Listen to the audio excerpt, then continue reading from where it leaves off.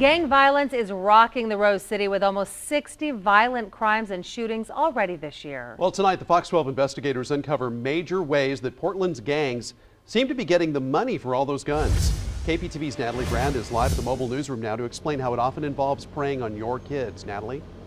Wayne, this is pretty shocking. It turns out that sex trafficking, often involving children, is becoming one of the biggest money makers for gangs, second only to dealing drugs, according to local outreach workers. Gangs selling women to fund their criminal enterprise.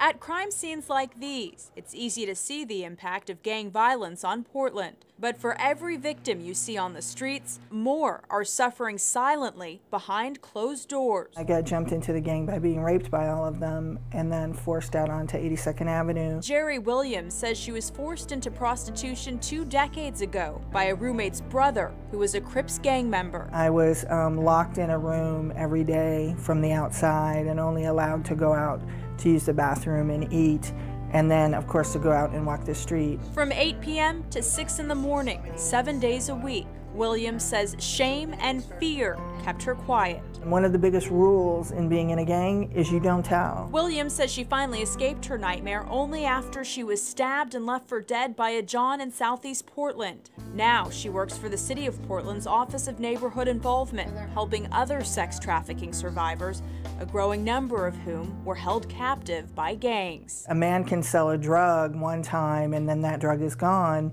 He can sell a woman thousands of times, or a young girl thousands of times. She estimates sex trafficking has become the second biggest moneymaker for gangs in Portland. So profitable that she says different gangs will at times work together. Money is more important than women, so in this case, we'll go over our property lines and we'll share these women or we'll exchange these women because money's more important than women. The hardest part is to understand these are babies. They haven't even had a chance to live. Tanya Dickens, a veteran gang outreach worker who runs the nonprofit Brothers and Sisters Keepers, has rescued young women from lives of gang-imposed prostitution. She says some of the girls involved are as young as 11 or 12. That age is the age that these young ladies are being groomed and being prepped and being taken on as friends. It's easy for one day for that friendship just to turn just as quick as it started. Dickens says it can happen in a child's neighborhood or even at school. A victim may know her pimp through friends or even family. Ultimately, the girls are looking for a sense of belonging. I've said it before and I'm gonna say it again. It's self-love and self-respect.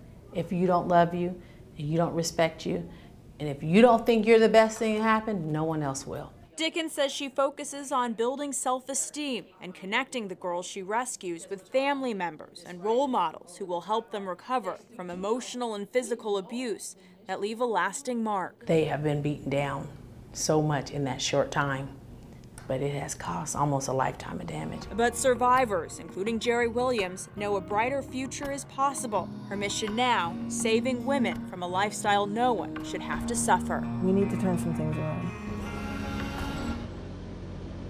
And Williams says what's really needed right now is a city shelter specifically for victims, as well as more awareness of police and city leaders of this connection between gangs and sex trafficking. Reporting live tonight, I'm Natalie Brand, the 10 o'clock news.